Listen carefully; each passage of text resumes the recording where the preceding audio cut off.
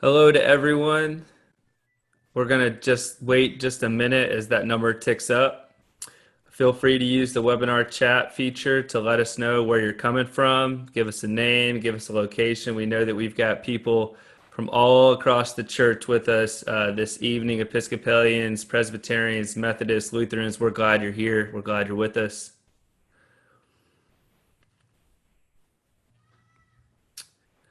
So again, my name is Easton Davis, and I serve as the Director of Youth and Young Adult Ministries here in the Diocese of Atlanta. And I am your moderator for tonight's webinar. A Zoom webinar is going to feel a bit different than a Zoom meeting. The biggest difference is we cannot see you, we can hear you through your messaging and through your chat and Q&A, but we cannot physically see you or physically hear you. But you can see and hear all of the panelists. So please do use that chat feature to say hello. Let us know where you're from. Use the Q&A section to ask questions of our panelists that will be responded to in the last segment of tonight's webinar. I am happy to say that this webinar is in partnership with the Absalom Jones Center for Racial Healing and the Offices of Formation of the Episcopal Church, as well as the Offices of Youth Ministry of the Diocese of Atlanta. I'll get to introduce you to each of our panelists as we go through it. But as we get started, and that chat is just blowing up right now. That's fantastic. But before we get to that, we do have a special welcome a welcome and an encouragement from Bishop Rob Wright, the 10th Bishop and first African-American Bishop of the Diocese of Atlanta. With that, Bishop Wright, the floor is yours. Good evening to everyone. As Easton said, I'm Rob Wright. I'm the bishop here in the Diocese of Atlanta, and I'm so glad. It's so encouraging to see so many participants here, and you guys letting us know where you're from and where your ministry context is. So it's really exciting to be here with you and with all the folks who are slated to speak this evening. It's so important that you're here. We're here to talk about allyship. And for us, of course, our allyship starts first and foremost that you and I have given our lives to be allies with Jesus Christ. And when we have integrity in that, when that is a serious thing for us, in mind, body, and spirit, what ends up happening is that we become allies for one another. And so this is not necessarily driven by race. It's just that we have an opportunity right now to be alongside of people who are suffering dignity violations and who have suffered dignity violations for a long time. But what I really want to say is that when you and I take seriously Jesus's invitation to be neighbors, this is what happens. We then configure ourselves to be alongside of other people. So I hope you understand our time together tonight as being the long struggle for justice, the long struggle to increase the celebrity of Jesus Christ. And we do this by running alongside of one another. One fantastic theologian once said that God and neighbor are synonyms. God and neighbor are synonyms. And so that is our spirituality. If you're worried about somebody calling you political or divisive, don't worry about that. I hope what somebody calls us is Christian. That's what I'm worried about right now, is that you and I earn the label Christian, and that you and I live into and stand in the nobility of being baptized. When we do that, it is amazing that we find ourselves beside all kinds of people who are different than us, people who have different experiences than we have, people who have different skin than we have. People who, lots of differences. And so I also want to celebrate tonight, since we're on the Supreme Court's most recent ruling. I want to say that that I hope encourages some of us that in these long fights, every once in a while we win a battle. And I hope that encourages us to fight on and to not be discouraged. So I guess lastly, I want to say a couple of things. I want to say to you that if we're serious about our life with Jesus, what ends up happening is that as we walk along and we close the distance between ourselves and Jesus, what ends up happening is that we begin to purge ourselves through the Holy Spirit of our need to be separate and of our need to be superior, right? You cannot have a real relationship with Jesus if you're not consistently reflecting and purging yourself of our human need for superiority and for separateness, right? So we know that this is the ongoing spiritual formation that you and I are embarking on. So, and you're tending to this allyship now is you and I on that journey. Lastly, let me say this. I learned a long time ago that one of the ways that people try to discount us when we run to the cause of our neighbor is to call us angry, right? And so let me just give you a $3 word study here, right? Anger is not the same as rage, right? Anger, A-N-G. The root of that is ang, A-N-G. It's a Norse word, N-O-R-S-E, like Viking. It comes from that language family. And what it means is compassion. It means that I feel your dignity violation so viscerally that I am not satisfied until I join you in getting justice, right? It's not rage. It's not even righteous indignation. It's something that is driven by sensitivity to our neighbor's dignity violation, right? So that, it strikes me at least, is the fire that drives our allyship with each other, right?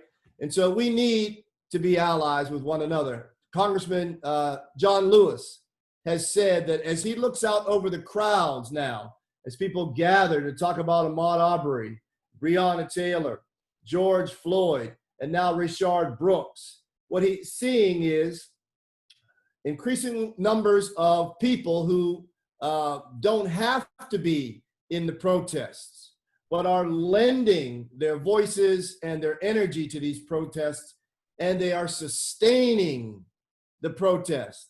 And so I want you, as the old song says, don't you get weary. We're on the right side of things by being allies with one another. And this is going to be a protracted fight. But if we stay connected with each other, right? And if we stay allies with Jesus, I believe our outcome will be good and holy.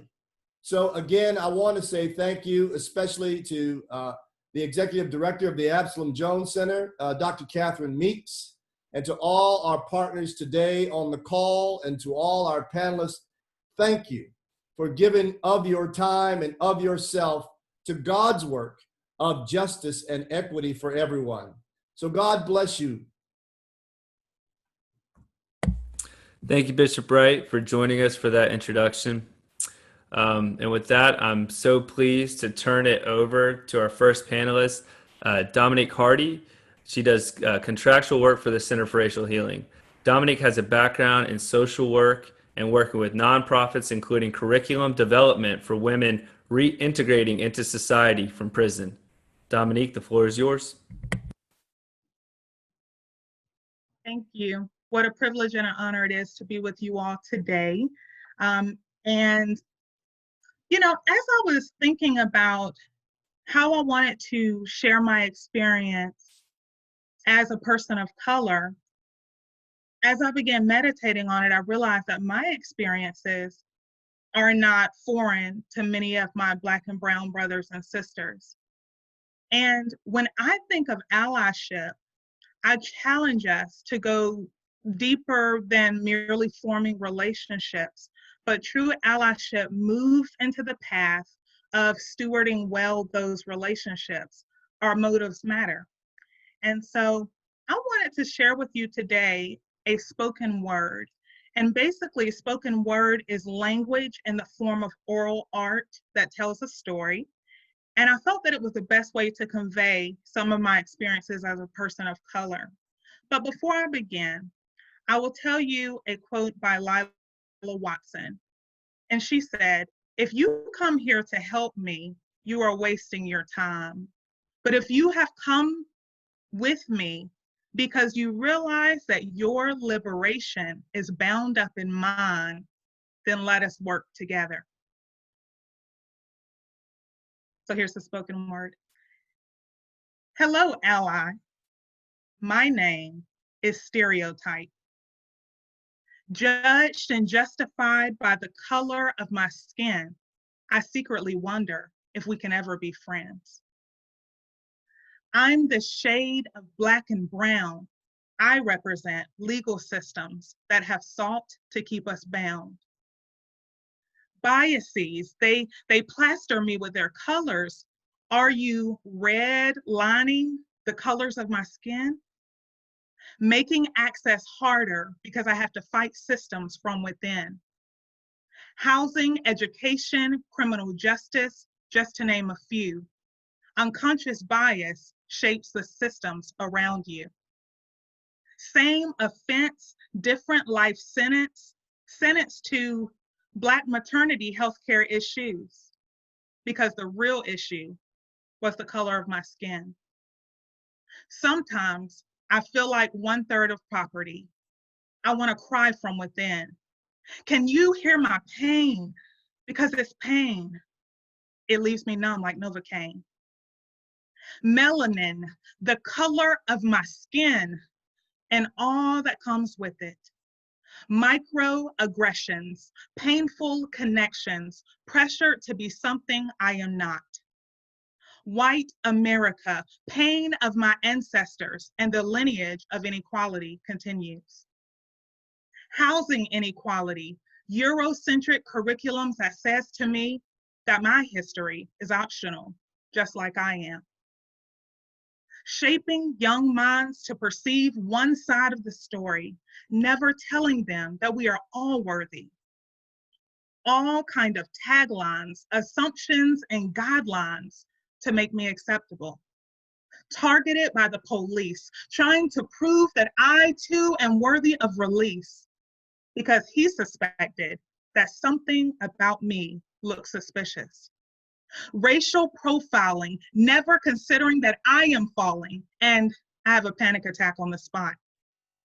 How did you afford that car, he asks. Where are you going? Where are you coming from? Give me your license and registration. Then I'm reminded that I don't have a license to be there. His gun is so close to his hip and even closer to mine. Yes, I admit I am antagonized by the suspicion in his eyes. This is the story of so many I know.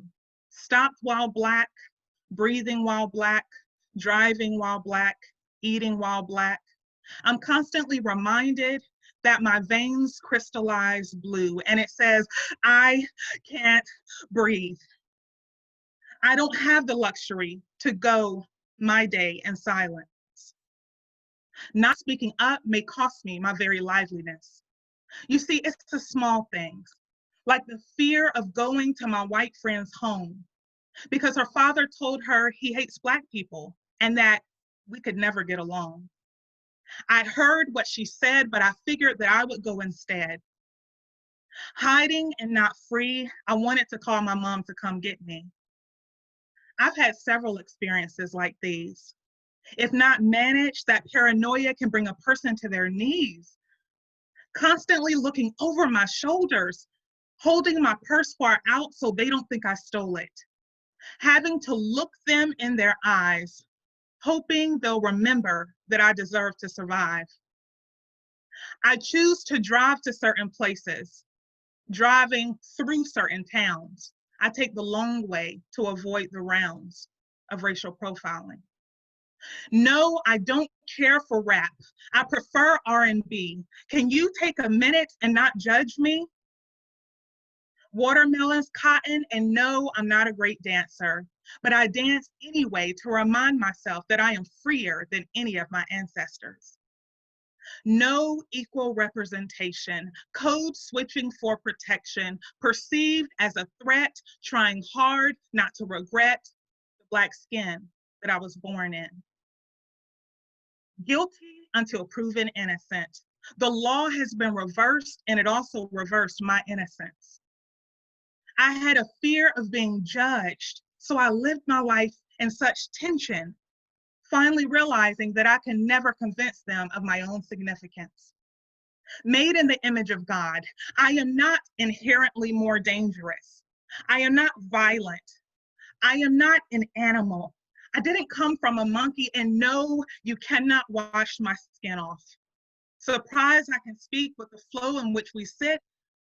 These are just some of the things that I see. Worried for my brother, crying for my mother, missing my father as well. It's a system. Amnesia, why don't you remember? You don't see how it affects me or my family members. Look closer. Don't you see the modern day excuses for captivity? I long to be heard, but I'm told to be silent. After all, I'm better off than my ancestors were. PTSD, post-traumatic slave syndrome. And I fight it every single day. I fight the internalized oppression that tells me to just give up and walk away. PTSD. Even science shows, I remember it in my body cells, that they are in cells. The criminal justice system is going to hell, and I fight the thought that things will always be this way. Like Rosa Parks, we've parked in our comfort. We sit on different parts of the bus, different realities. When we stand up, they hang us. Hang us with their foot on our neck. Get your foot off of my neck. A modern day lynching, a reminder to subject. Gasping for air when we realize that this is not an exaggeration. It's a painful reality for those in countless locations.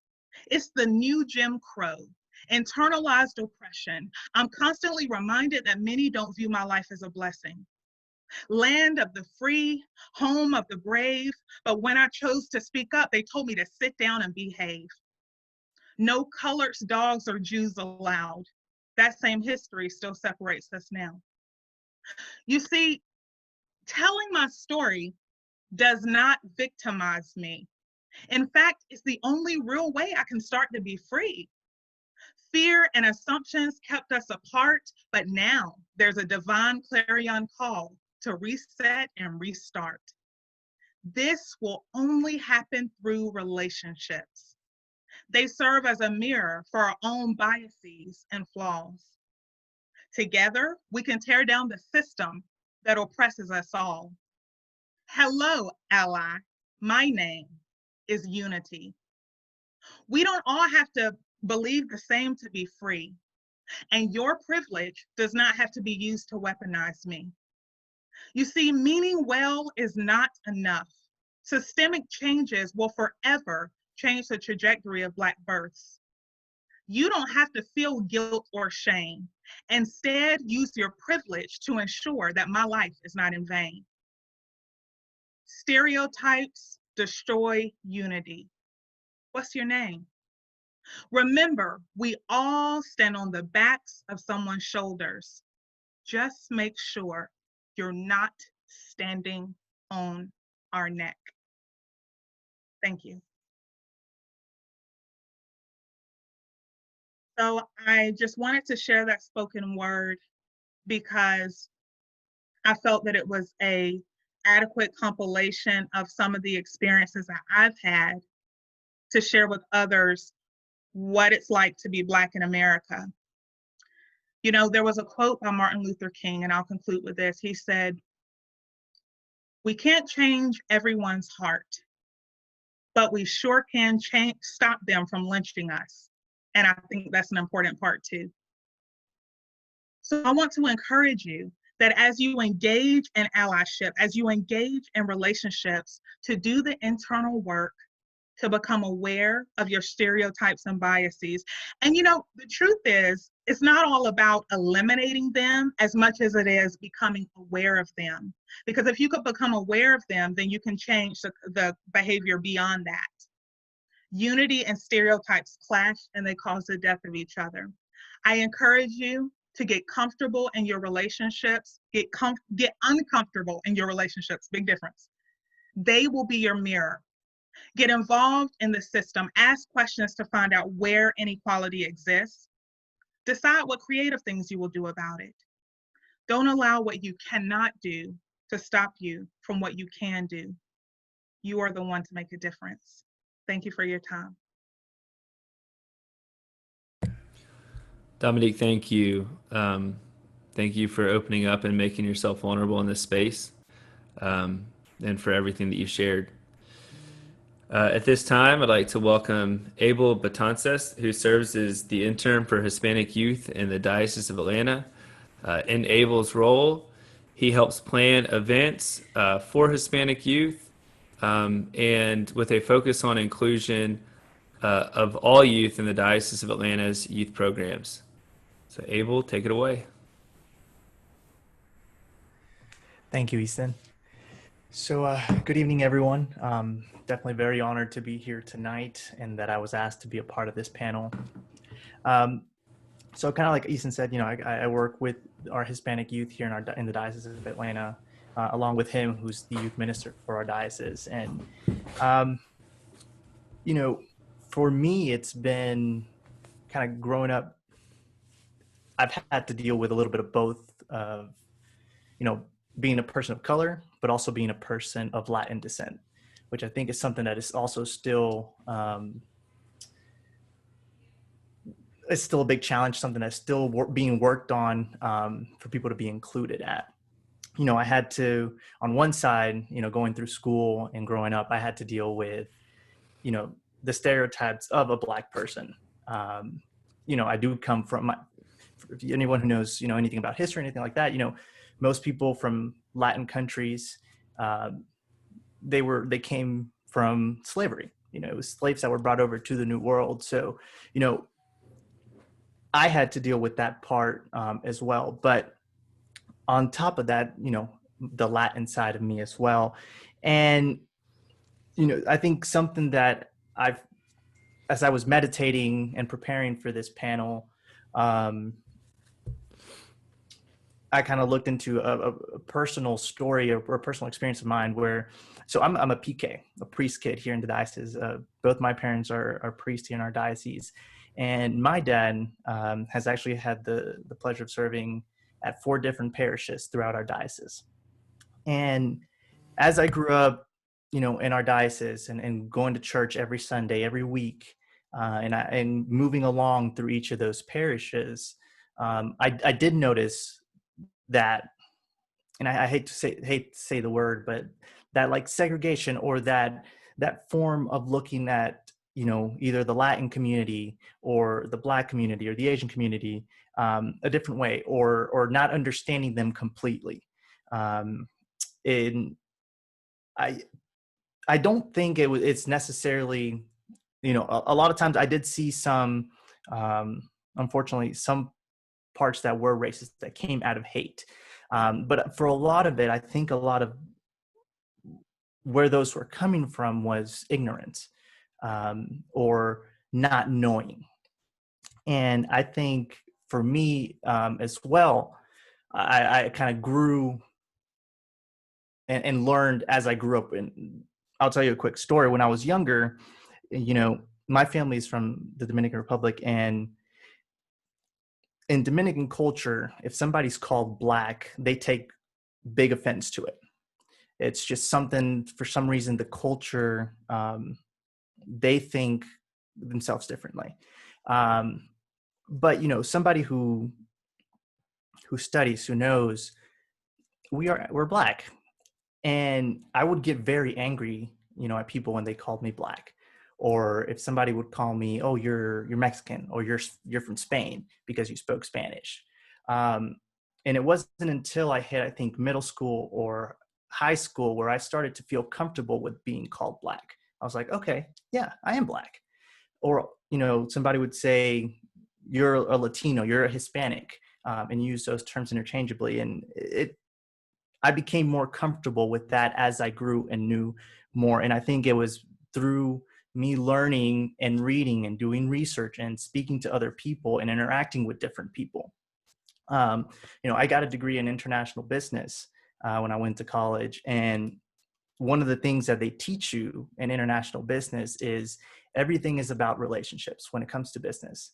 You can be, the best salesperson, you can be the best marketer, best economist, but if you don't grow relationships, if you can't have a dialogue with somebody or create that new friendship, that new relationship that really grows that business, you won't be successful. And I definitely think it's the same thing when it comes to talking about race, talking about what's going on in our culture, in our society, in our country at this moment. Is if we do not create those relationships and have those hard conversations with one another of who are you? What is your background? And hey, I don't understand why you do this, or can you talk to me? Having those conversations and not being, afraid of having dialogue or being wrong. I think that's very, very important. So that's kind of a perspective of me as kind of growing up in the church, as a person of color and a person of Latin descent. And then kind of something also that Easton brought up that I do with the diocese is my work with the Hispanic youth. And I wanted to talk about that briefly and kind of what we do, what I do, and how everything we've been going through with this pandemic has also affected us in a different way. And something that we think it's definitely very important that it be brought to light. So, like Easton said, I've been doing this I'm coming up on 3 years this fall. And my role has been to work directly with our Hispanic youth in conjunction with Easton and create programs, create events for our Hispanic youth in our diocese to get them formed, to get them aware of what it is that we do in the diocese as youth, and get them to participate in our youth events. Over the past 2 years, that's been a very big challenge because the sad reality, or the reality, that the Latino youth are different. And I think that's the theme of this panel is being different and accepting everyone else. And, even though a lot of these kids are Americans born in America, their background is their parents' background, their great-grandparents' background. And a lot of these kids come from a background of Roman Catholic Church. And in that culture, if you go to a church in Mexico and Dominican Republic and Puerto Rico, there isn't a big emphasis on youth. That now is something that is being brought to light. And so it's been hard to get them to participate and be active and join. And then also the reality too, that we have a lot of family who are immigrant and are illegal. And, there's the reality of parents who can't drive. How do they get their kids to church? Or you have the parents who decide to venture on Sunday to go to church because of their faith, knowing they can't drive. If they get pulled over, they can be arrested and be deported and separated from their families. But they still make that journey, but they still feel hesitant to come back to church in the afternoon for a program. So that's kind of what I've been doing, is creating a space for them to join, but as well as to participate together. Now, when the whole pandemic hit, everyone around the country, around the globe, everyone who works with youth knows they've been impacted tremendously. You can't meet face to face. You can't build those relationships with the kids. And for the youth, for the Hispanic youth, I think, and I know it's not just in our diocese, it's all over the country and the world, it's a lot harder for us to connect. A lot of times these youth, they get encouraged by seeing me or seeing people like me, people like them doing the things they want them to do. whether it's going to the church and encouraging them, talking to them about all the fun activities we do and the bonding and the friendship.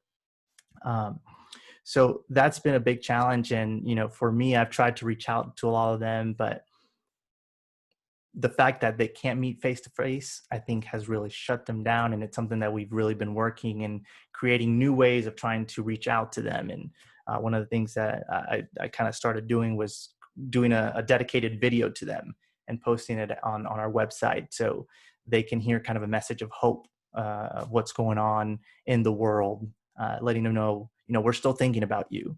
We're going through big changes in our country at the moment. And, you may be confused, you're going through changes, school, all of that, but we're still here for you. So, kind of to finalize and wrap up, I wanted to leave you guys with one thing of what I kind of pointed out earlier, talking about that allyship and talking about, what's going on. I want to encourage you guys to have those hard conversations. Talk to people you aren't associated with typically, or people who you have never spoken to or been afraid to ask a question. Ask those questions, have those hard conversations, and don't be afraid to get into a dialogue. And it's okay to disagree. That's okay. That's something people need to learn, that we need to learn, is that it's all right if my opinion is not your opinion. The important part is that I respect you as a Christian, that I love you even though we think differently. So I want to leave you guys with that. And yeah, thank you. Abel, thank you so much. Thank you so much for sharing that with us.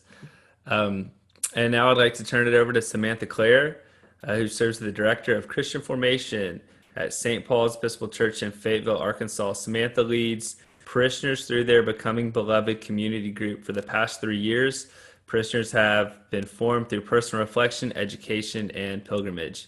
Samantha, thanks for being here. Thank you, Easton. Hello, everyone. I'm glad to be with you this evening.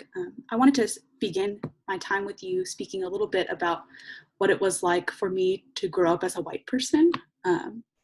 I grew up in the San Francisco Bay Area, in the suburbs, in a pretty progressive community, pretty diverse community.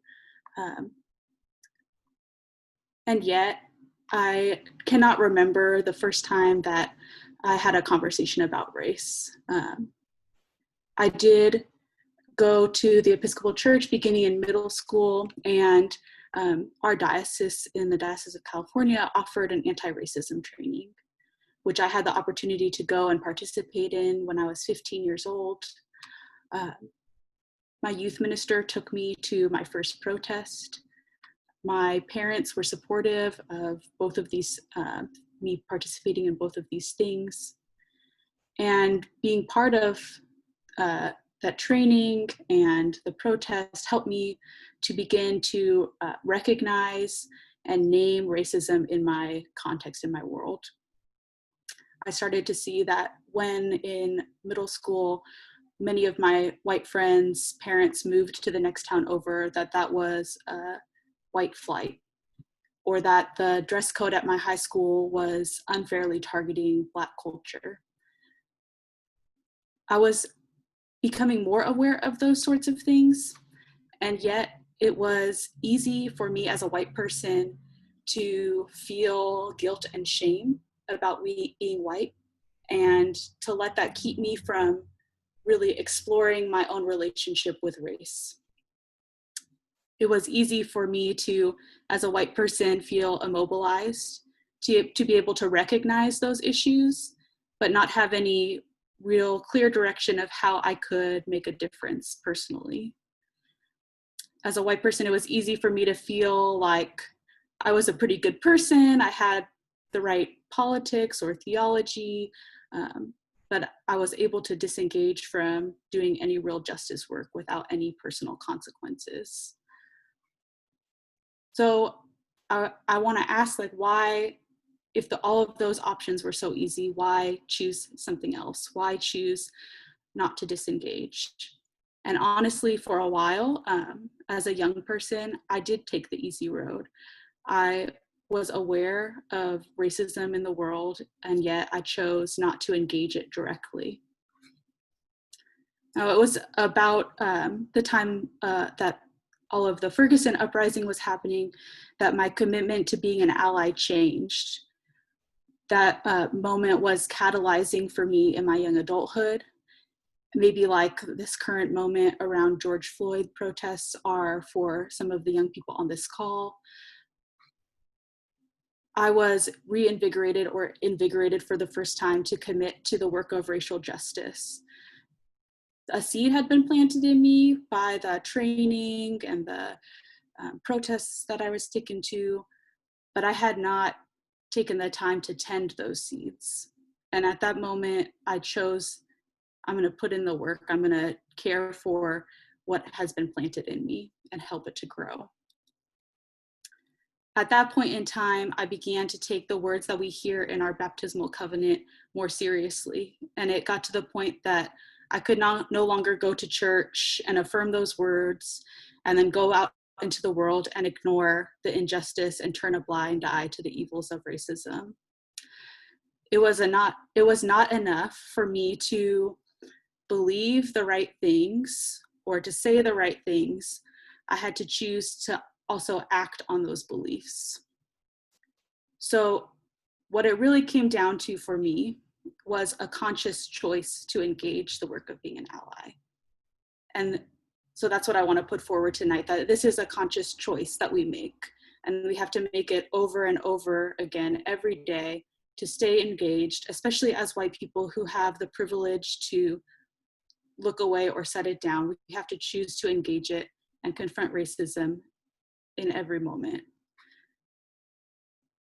Again, later in my life, several years ago, the Charlottesville moment was another sort of catalyzing time for me, and it helped me to choose again to engage and choose to engage my church community in the work of anti-racism. So this is the moment that we began this work in my parish that Easton referenced. What I've learned from both the Ferguson moment, from the Charlottesville moment, what I'm learning again right now in this moment is that we can't let them just be moments, that we can't let our response be just a single reaction to something that's going on in the world. It has to be an energizing factor that creates movement in our lives. We have to choose to engage it as a movement, not a moment. So as a white person in a majority white city where I live now, in a majority white church, it would be very easy for me to focus on other things than racism. But the work is there and it's ongoing, and it takes all of us, and we have to choose to take that up. So I want to give a few examples of ways that I have chosen to engage that work as an ally that might be helpful for you. A few notes: we don't have to do all things at all times. We can choose ways to be allies in different moments. For example, I have a 3-month-old baby, and so even though I would love to go out on the streets and protest, that's not going to work for me right now. And so I've had to find new ways of diverting that energy and still feel like I'm contributing to liberation in some way. So some examples of things that I have chosen to do as an ally over time. As a white person, I've tried to decenter myself and my perspective and to try and listen to voices, perspectives, and agendas of people of color. I have built into my routine regularly scheduled time to talk with other people about race and anti-racism. For me, that looks like meeting with a group of people twice a month and engaging in that work together. I've chosen to diversify my media consumption. So I realized I was listening to a whole bunch of podcasts that were white men, and I unsubscribed from those and tried to seek out other voices. I have tried to find and follow people in my local community who are people of color who are leading different social movements, to try and learn from them, their understanding of what's going on in our community. I've joined organizations like the NAACP chapter here to try and show up where there's leadership that is people of color, and also to be in community with people of color that I might not otherwise interact with in my day-to-day life. I've tried to support Black-owned businesses, read anti-racist books, watch anti-racist movies, advocate for systemic change. At times I've put my body and safety on the line by showing up at protests or risking arrest. I've given my financial resources. The possibilities for how to be an ally are really endless. It's more about like finding what speaks to us in this current moment and what our gifts and resources and opportunities are, and putting that to good use. I think that's where I'll leave it, is that it's a choice and there are lots of choices, and it's about making the commitment to choose and to be part of a movement. Thank you for the opportunity to share with you. Thank you so much, Samantha. Yeah, hold on.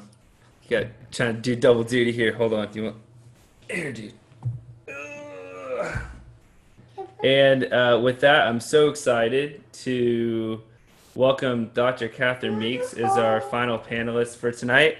Dr. Katherine Meeks serves as the Executive Director for the Absalom Jones Center for Racial Healing. Dr. Meeks is the retired Clara Carter Cree Distinguished Professor for Sociocultural Studies from Wesleyan College.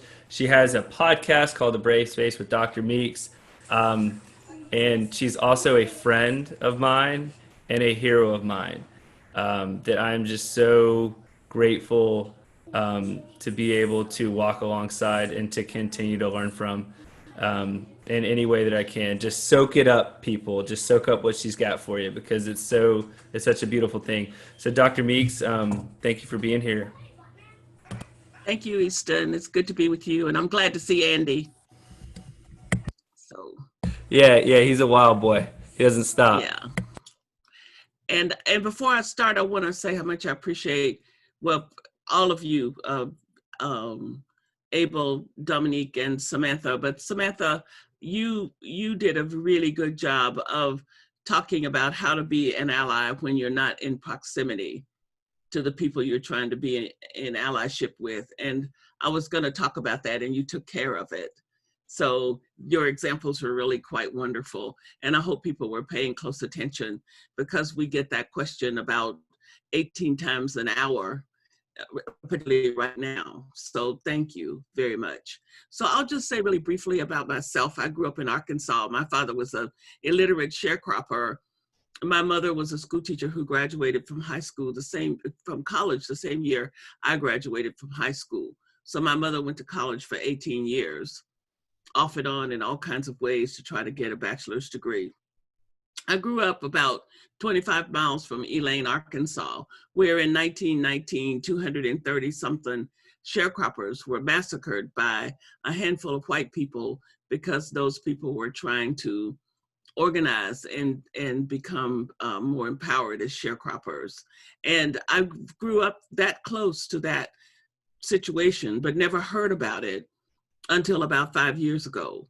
So, which is an example of how much history that we needed to know in order to be who we were put on the earth to be, that we didn't find out, but yet we were living the results of it without even knowing what some of those things were resulting from.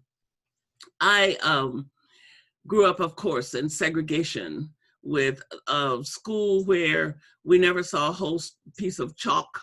Of course, students now don't know what chalk is, but we never saw a whole piece of chalk, which you use on blackboards, because the white school collected all their used things, the books, the chalk, and everything, and sent it to us. So there was this whole notion in every kind of way to reinforce the idea of us being substandard and marginal and not deserving of being in mainstream. I had no way to believe that there was any way for me to be connected to white people in any kind of relationship that could be meaningful. But when I went off from Arkansas to California to college, I met 3 white people who were part of the staff at my college, the dean of students, the dean of women, and the major staff person in the women's dorm. And those 3 white people accepted me, the little hayseed girl from Arkansas, as a worthy, equal human being, and never tried to edit my life or my story or my opinion or my analysis of anything that had to do with my life. They were people who helped me to realize that it was possible for me to love and respect a white person. And so here they were, and there was no talk about being an ally or trying to do reconciliation or doing anything. I was a struggling student at Pepperdine College in Los Angeles, and they were the people there. And in the midst of the turmoil of the 60s, they stood with us Black young people in a way that made it clear that there were white people who were capable of really being totally accepting of a Black person without having to ask the Black person to clean themselves up enough to be acceptable. That was such an important gift to be given. And the gift of those people has shaped my ability to be compassionate and to do the work that I have been doing for the past 50 years. So I will always be grateful to Ann King and Lucille Todd and Jennings Davis, and Jennings' wife, who was a little less involved with me, but all 4 of them became family. It is very difficult to, as a Black person, to believe that a white person can really be an ally, given the history, given the lack of ability to be in real relationships. And so we want to be careful that when white people need to be careful, when you're reaching out to Black people and other people of color, that it's coming out of some deep commitment to get yourself well, because you're doing something for yourself, and that you're doing it for that reason and not because you're just kind of wanting to be a voyeur into somebody's life who's not quite like you.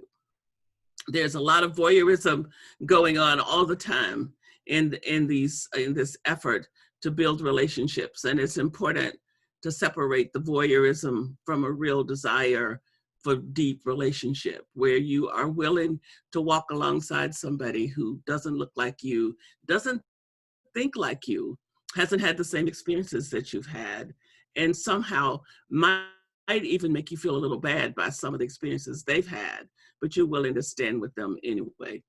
That, I think, is one of the critical pieces of this whole construct of trying to become an ally. You know, we're so funny in America. We grab a bunch of words and we have all of our little hashtags and all different kinds of things. So ally is kind of the hip thing to be talking about now, but really in a faith community, what this boils down to is being willing to hold our sisters and brothers in our hearts and let them hold us in their heart. And if we can ever get past a lot of the stuff that's extraneous and get down to what is it that we're really after? What we're really after is finding refuge, finding a place to be. And my mentor and lovely guide, Dr. Howard Thurman, if you don't know him, look him up. I don't have time enough to get into who he is, but you should go Google him. Dr. Howard Thurman says the only place you can find refuge is in another person's heart. So we have got to learn how to hold each other in one another's hearts. And that whole business of loving our neighbor as ourselves. You know, there's so many places along the way where we've been given the roadmap, and all we need to do now is decide that we really intend to follow it, instead of trying to see if we can find an alternative route. There is no alternative route. The route is from one heart to another, across all the lines of difference that the culture has set up and to keep people divided. And all those lines of differences and divisiveness that's going on, it's all coming out of an energy that's negative and dark, and we need to get past engaging it and entertaining it. So let me just say a couple of things about the Center for Racial Healing as a resource, because there may be parents as well as youth workers and also youth that are tuned into this session. And I know that folks are always looking for resources and wanting to kind of see where you can find help. The Absalom Jones Center for Racial Healing, which is a partnership between the Diocese of Atlanta and the presiding bishop's office, is located here in Atlanta. And our website is centerforracialhealing.org. You can go there and find resources and find a good bit of information about things that we are engaging. The center, we say, is a brave space where the truth can be told. And one of the things that we have done that I'm incredibly proud of is developed a youth curriculum. And that curriculum is designed for 6th graders to 12th graders. And we, as soon as we can get to it, we're so busy right now, can't think too much about this, but we're going to work on a curriculum for kindergarten to 5th grade, because we believe that you can't start too early talking about learning how to hold your sisters and your brothers in your heart. And I would encourage you to check out the Center for Racial Healing website, but also the Episcopal Youth Missioners website to find out more about the youth curriculum. And we're gonna start doing some training for people to be able to use that in the not too distant future. And it's available, it will be available through Church Publishing, who just published it for us. So we are so proud of ourselves that we've got this document, and now we just need to get it into Spanish, and we need to get it more widely distributed all across the place, because we have got to engage in an intergenerational youth intergenerational conversation and intergenerational work if we ever really intend to change the racial narrative in the United States. We have got to get beyond the Band-Aids. We spend so much time putting Band-Aids on big sores that needed surgery and that needed something more than what we were willing to do. I think that all of the work at the center has an intergenerational focus, because we believe that we cannot afford not to engage people across generations, and not to do that is really to shoot ourselves in our feet. I am 74 years old. I've been doing this work since I was in my 20s. Well, I need 15-year-olds and 18-year-olds and 20-year-olds and 25-year-olds and up to be engaged in this work, because I don't really actually want to be doing this when I'm 100. And I would like for there to be a whole new generation of energetic young people ready to take the work on. So the center is very much willing and able to be a resource for as many folks across the country that can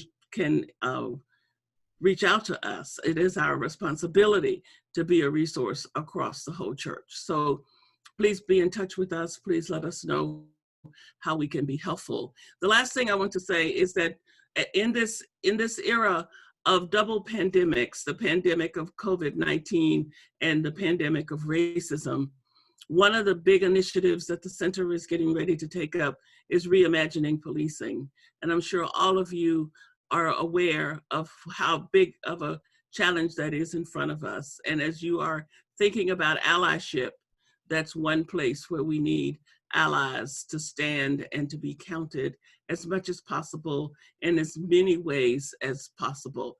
And one of the most important things you can do is, when you hear of policemen killing Black and brown people, don't try to justify it by making the victim responsible for their own death. It is real important to try to look at the pieces of what happened and see it through the eyes of the person who's been killed, rather than always, I hear this so much, and so I can't stress it enough. Just be open-minded enough to try to look at the whole picture. That's an important thing. We will be doing some webinars on reimagining policing, but we will be working diocese by diocese to help get this initiative to be a part of what people are doing. Young people can help tremendously with this, because we have to create a new narrative about our relationships with police. we have to create a new narrative about what public safety should be and looks like. And we have to get past not being able to see God in one another when it comes down to citizens looking at policemen and policemen looking at citizens. Everything that we're talking about here today, and all of the issues around race and the institutionalizing of racism, it all boils down to being unwilling to see the face of God in each other.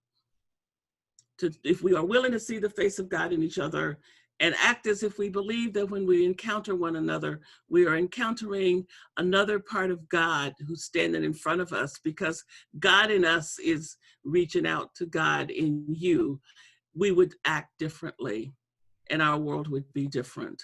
And it's about time for us to take up consideration that we turned the wrong corner, and now it's time to backtrack a little bit and get on the right path and put ourselves on the justice train and be there with all of the energy we can foster and all of the love and intentionality that we can bring to this work. So I think that's enough, and we're gonna have a chance to talk a little more as we do questions and answers. But I am deeply grateful for the presence of everybody who's on this call, and for Easton and the team that has imagined it and put it together, and for all of you who are doing work all over the country. I've been with a lot of you in different places, and I just want you to know that you're standing up and you're being vigilant is part of what helps me to get out of the bed every day.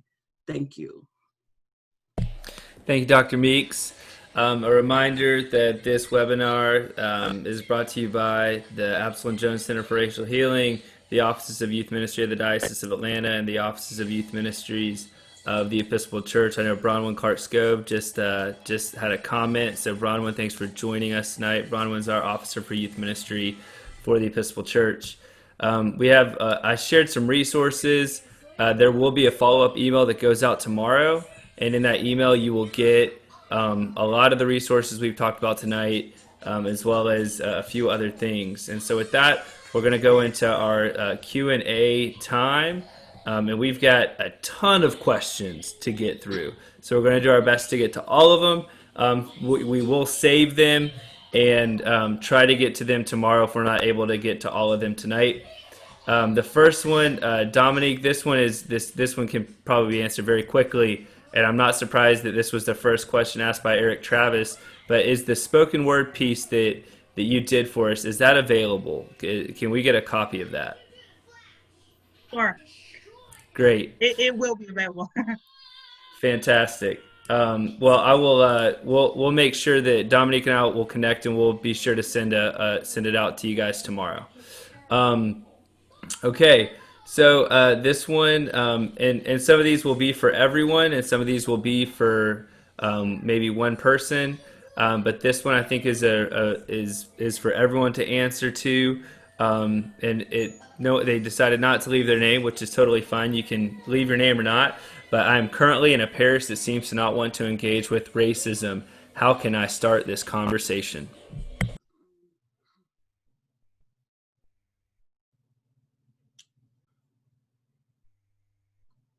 I can share a little bit about how we got started at my church, if that's helpful. We started with a 4-part series that we based on the church's model, the labyrinth, with the 4 quadrants, about just talking about racism. And I was the facilitator of that series, and my underlying goal was to disrupt the sense of disassociation from racism in our church, and to make people feel like it was an issue that they needed to change. And so I tried to make people as uncomfortable as possible.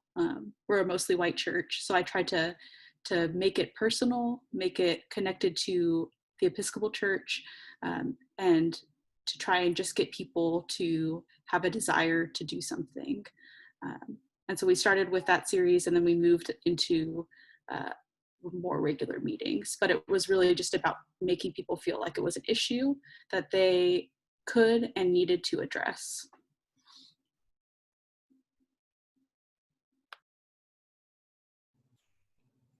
I think you have to start small, and I think that's what you all did, Samantha. I think you have to, you talk about allies, you've got to build allies within your own community for people that share a similar thirst with you.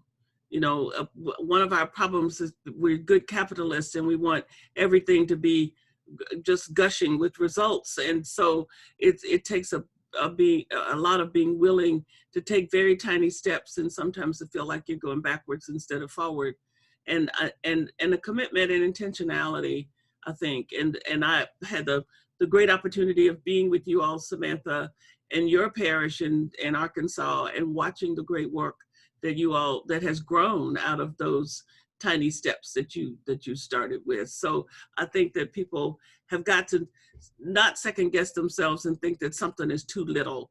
No place is too little of a place to start. You start with the tiniest, like Jesus said, if you have faith the size of a mustard seed, and you can hardly see a mustard seed. So if you take mustard seed steps, you'll be surprised one of these days you'll have an oak tree.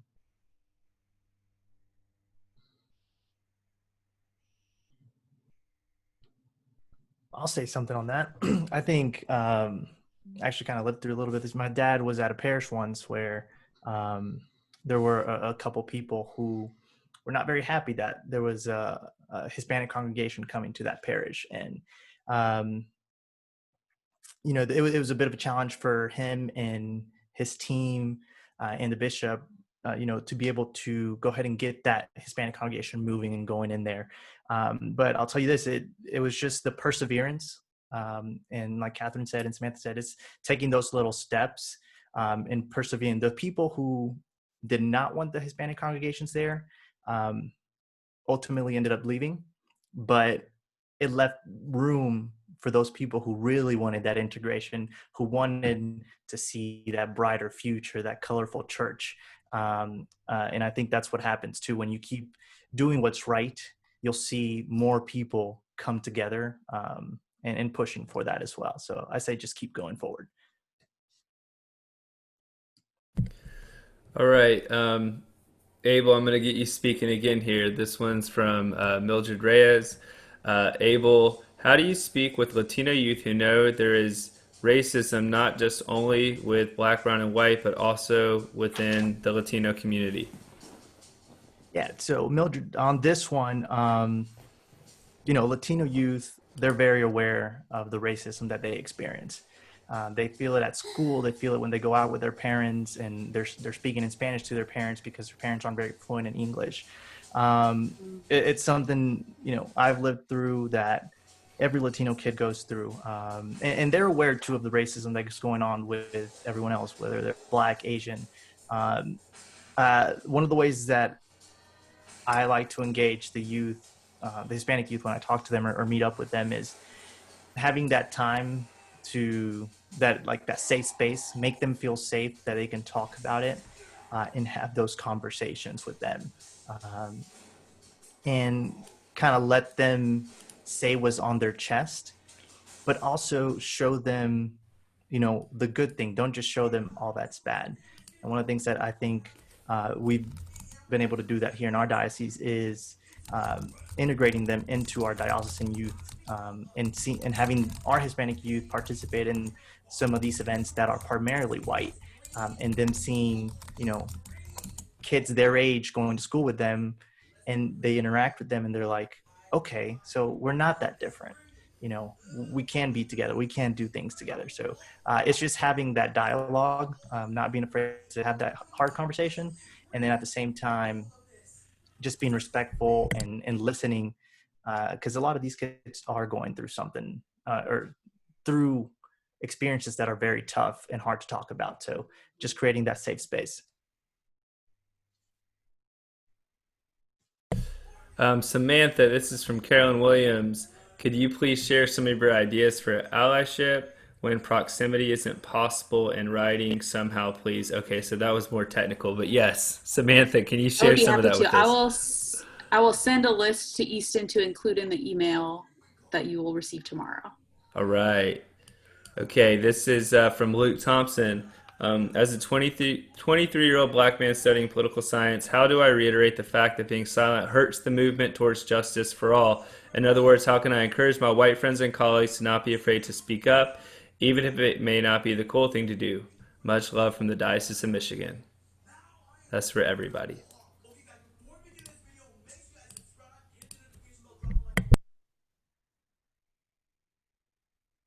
I thought Dominique might be getting ready to speak. I was about to say, Dominique, I know you're thinking about something.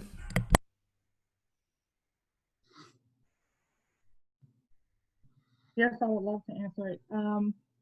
Can you actually, I'm looking here on the list for the questions, I don't see it. Yeah, I dismissed it. Okay. So there should be a dismiss tab. Do you see that? Do you want me to read it again if you can't find it?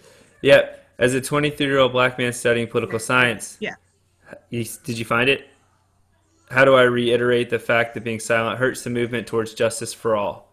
In other words, how can I encourage my white friends and colleagues to not be afraid to speak up, even if it may not be the cool thing to do? Mm-hmm. That's a very powerful question, and thank you for asking it. You know, it's really interesting because I recently had a conversation with someone about the exact same thing. I think that the first thing to do would be lead by example. And when you begin moving in the direction where you are vocal and you speak up and you are, and so as opposed to the focal point being externally, like to get them to engage, if you are around them, and you obviously are because you posed the question, then doing the internal work within yourself and speaking up, at some point in time, they're going to begin to engage in that conversation with you. And so I think that grace is needed, not only for yourself and the patience with them, but granting yourself the grace to be open to when they are ready and willing to speak. But one thing's for sure, if you yourself are silent, the conversation with them will never come up. But if when injustice happens, you do speak up, there will come a time, because they are within your proximity, that some type of engagement will begin to happen with them, whether it be through them just asking a simple question, and you can discern when it is time for you to speak up and engage, but they will engage. So it starts with you. So I would suggest in conclusion to focus internally and know and just trust that when you speak up and you are not silent and they are around you, that eventually they will respond. May I add something? Yeah, go for it, Samantha. Yeah. So as a white person, a lot of times we can get stuck in ambivalence of not knowing if it's our place or if it's the right thing to say, or if we're gonna if it's the right time to step up or step back. And so what's been really effective for me in knowing what I should do is really direct, like, I need you to go talk to your white friends about this, or I need you to show up at this protest and put your body on the line in front of mine. And so I know that that's putting more labor and more work on people of color, but sometimes we need to know like exactly what that place is. And so that's been something that's been really helpful for me to figure out how and when is the best way for me to engage personally.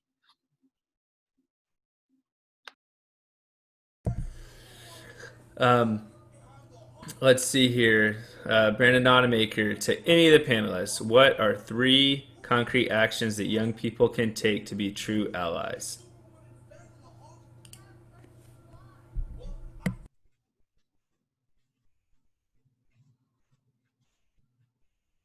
You know, I have a lot of problems with trying to have too many prescriptions, because I think that the way you stand up depends a lot on who you are and what the circumstances are in your life. I think that being intentional is a concrete step. Turning your face in the direction of, I'm going to be a resistor as a white person. I'm going to be a resistor to racism.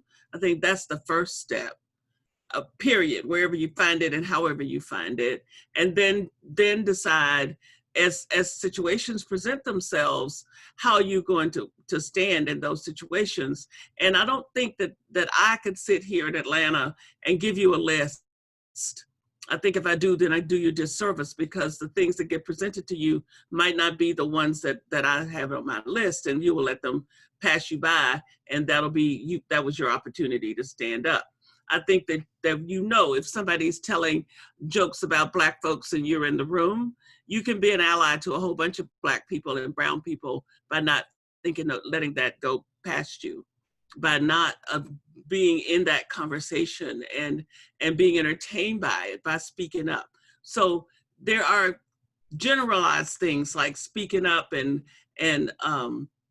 trying to offer an alternative opinion if somebody is trashing a Black or a brown person or a group, as a group or individually. But these are all things that are kind of grounded in what is your intention in the first place. You know, is your intention that you will stand against anybody who is denigrating and dehumanizing and marginalizing another person? And I believe that when the commitment's made at that level and in that way, then it's not like, what am I gonna do? It's how am I gonna be? You know, this is how I'm going to be. I am a resistor. Personally, Katherine Meeks is a resistor to the marginalization and oppressing of anything that God has made and anybody that God has made.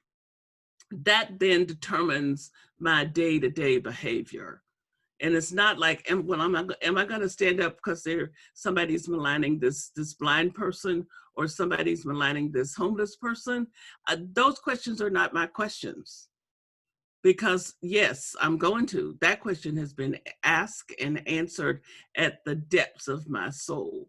So I think that the most important first step toward allyship is the decision to be made deep in the core of yourself, to be a resistor to anything that denigrates God's children. Katherine, I'm going to add just a couple of things that come to mind that I think people forget sometimes. That listen to people around you.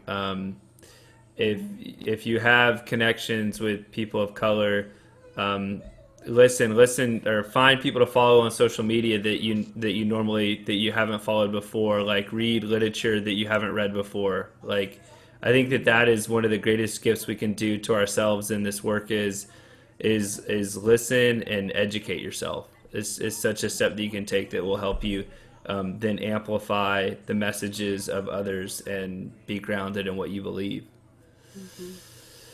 Mm-hmm.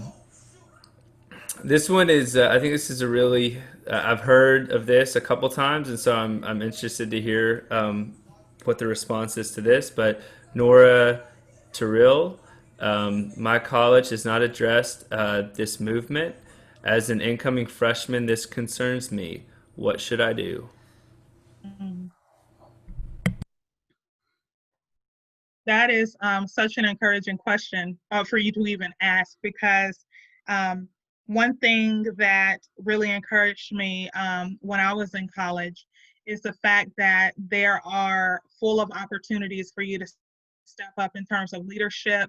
And even in college, there are a lot of opportunities for you to step up and speak up, step up in leadership, or if you don't see an organization that is in that direction, perhaps that may be an indication that you've been called to be the change that you want to see.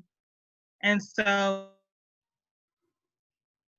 I think it's really powerful what Dr. Meeks said, which is that the doing comes out of the identity and that decision that you have made, that this is what, I'm going to do. I'm a resistor. This is what we need to see. And so I think that there are several avenues that I would explore on the campus first to actually find out what is already, what kind of movements are already happening on that campus. And then from that point, you can determine what you need to do in terms of what type of leadership you need to do, whether you can join or whether you are called to move forward in something that, is something that will help the movement move forward. Anyone else before we move on to the next question? I think that that young person needs to listen carefully to try to find a few allies pretty quickly as well. As a first-year student, there's so many things to navigate, and you don't want to get lost in the weeds. So your most important job is to get to be a second-year student, and you don't want to get lost in trying to do too much without having some help. So find some folks who feel, one or two or three other people who will be your ally as you try to change some of the culture on your campus. All right, this question is from Matt Martin. And what words of encouragement would you give to students of color growing up in a majority white context who experience racism every day?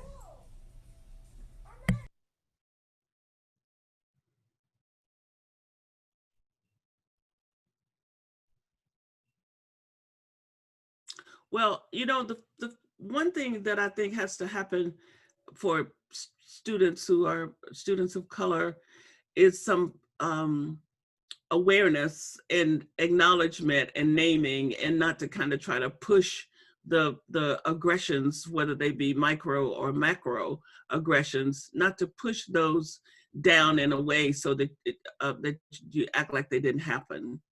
I think that is really important, to name the stuff that happens to you and to find people who will stand with you in that naming, because otherwise if you just let things happen. My son, who graduated from Davidson College 10 years ago, is now telling me stuff that happened to him because he was Black that he never talked about when it was happening. And so I think that's not a good thing. I think that leads to some psychological detriment and sometimes physical as well. So, and I think to seek out the people on the campus, the staff people that you know that can be supportive, and to find good counseling, because having to deal with racism will run you crazy. You know, you have to know that. I mean, it should be in the mental health diagnostic manual somewhere, because it is definitely a source of distress and disease. So I think that the students of color need to have many encouragements to seek out each other too, because a lot of times they end up not even seeking out one another, depending upon what the culture of the campus is like. So I went to predominantly white undergraduate and graduate schools, so I know how detrimental those environments can be, and how denigrated you can feel on a daily basis because the academy wasn't built for us. And we are reminded of it at every turn, even when people are trying to do better than that. So it can be really a challenging time, and people need to get all the help they can get. And if it gets to be too much for them, they probably need to go to a different place to school, I think. Yes, and I would add to that. You know, it's really interesting because recently I shared a brief story of two boys who grew up with an alcoholic parent. And one of them vowed that day never to have another drink, never to have a drink. And then the other one became an alcoholic. And when they were both asked the question, why are you this way? They both had the same response. They said, because my father was an alcoholic. And therein lies the fact that we mustn't lose sight that even though some things can be very grievous and painful, you have a choice, and I had a choice, and continue to have a choice in how I will respond.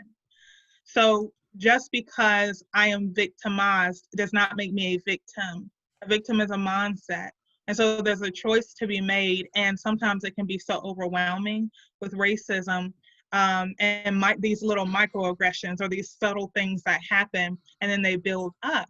But the point being is that the response that person makes, it encourages me to know that they haven't lost their power. And So it's really important to choose, am I going to be better from this or bitter? And it's actually a conversation that I have to have with myself on a fairly regular basis. Because sometimes when I can't find the encouragement around me at all in some of those spaces, I have to encourage myself. And that, the ability to hone in and practice yourself. Some people laugh because they say, well, only crazy people talk to themselves. But if you're going to make it, there are some times where you're going to have to talk to yourself. And so I do want to encourage you and the other people of color in that. All right, thank you, Dominique. This one's from Caitlin Kinney for Abel, and we've got maybe time. This might be the last one. We'll see how this one plays out. I do think that all this is for Abel. There's probably some other responses that other people have to this as well. But so Caitlin works on a diocesan level, and as it stands, our Diocese Youth Ministry and our youth leadership is very white. How can I broach the topic of inclusion within our youth community without sounding like I'm tokenizing the presence of people of color or devaluing the contributions of our existing leadership? So that right there, I think, is the underlying question, and was one of the biggest questions when Easton brought this role to my attention and wanted me to come along and helping out with the Hispanic youth. I think it all begins with one, having the exposure and creating that exposure, or those ways of meeting and having conversations with those individual groups. So one of the things we do with our youth whenever we meet is we like to obviously split them off into parts or by age group, because even they have different experiences within that same age group, within that same culture. But one of the things that comes to mind, is being able to talk to them in their language. And by that, I don't mean just, Spanish or English. I mean in their, what engages them. One of the things we found with a lot of our youth, Hispanic youth here in our Diocese of Atlanta, is a lot of them like soccer. And not to sound like a stereotype, but a lot of them do, and a lot of them play soccer. That was one of the ways we were able to engage them and get them to come to events and things like that. And I remember one event that we had that Easton came and participated with, and we were doing warm-ups, and Easton was, doing one of the warm-ups.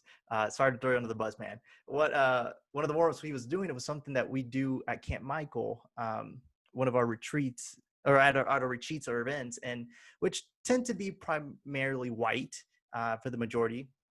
And, these Hispanic kids had no idea what Easton was talking about, because these kids just were not familiar with that topic. That was not something that they, grew up reading or watching. So it's figuring out how each group of those youth, how they think, what they like, and then going off of that to get them engaged and get them talking and participating.